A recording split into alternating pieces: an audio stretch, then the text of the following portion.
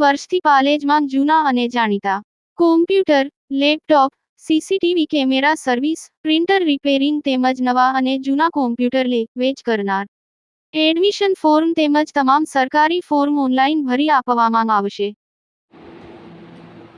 બારડોલીની બાબેન પ્રાથમિક શાળામાં સુરત જિલ્લા પ્રાથમિક શિક્ષક સંઘની કારોબારી સભા યોજાઈ.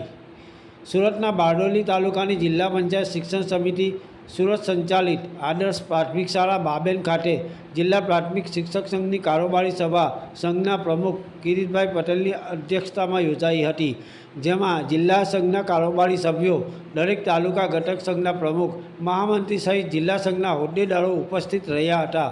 કાર્યક્રમના પ્રારંભે પહલગામ ખાતે આતંકી હુમલામાં મૃત્યુ પામેલા નિર્દોષ સહેલાણીઓના આત્માની શાંતિ અર્થે 2 મિનિટનું મૌન પાળવામાં આવ્યું હતું. ત્યારબાદ સ્વાગત પ્રવચન બારડોલી તાલુકા પ્રાથમિક શિક્ષક સંઘના પ્રમુખ આશીષભાઈ મહેસુરિયાએ કર્યું હતું.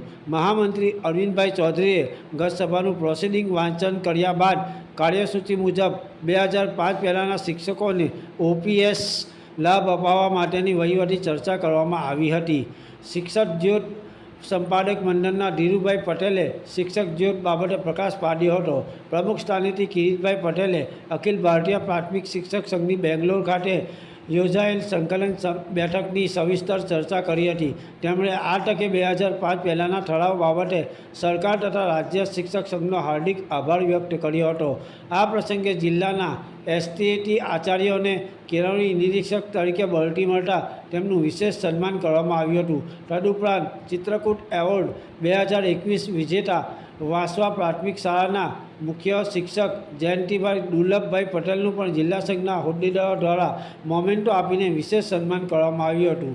આ સાથે શિક્ષકોના જીપીએફ ખાતા ખોલવા અંગેની કાર્યશાળા બાબતે વિશેષ ચર્ચા વિચારણા કરવામાં આવી હતી. અંતમાં આભાર વિધિ જિલ્લા સંઘના સિનિયર કાર્યવાહક પ્રમુખ બળવંતભાઈ પટેલે આટોપી હતી, જ્યારે સમગ્ર કાર્યક્રમનું સંચાલન શૈલેષભાઈ પટેલ તથા યાસીનભાઈ મુલતાનીએ કર્યું હતું. ઇમરાન ખાન પઠાણ, માંગરોળ. ગુજરાતના અગ્રીમ અખબારોમાં આપની કોઈ પણ પ્રકારની જાહેરાત આપવા માટે સંપર્ક કરો. જાહેરાત વ્યાજબી ભાવે પ્રસિદ્ધ કરી આપવામાં આવશે.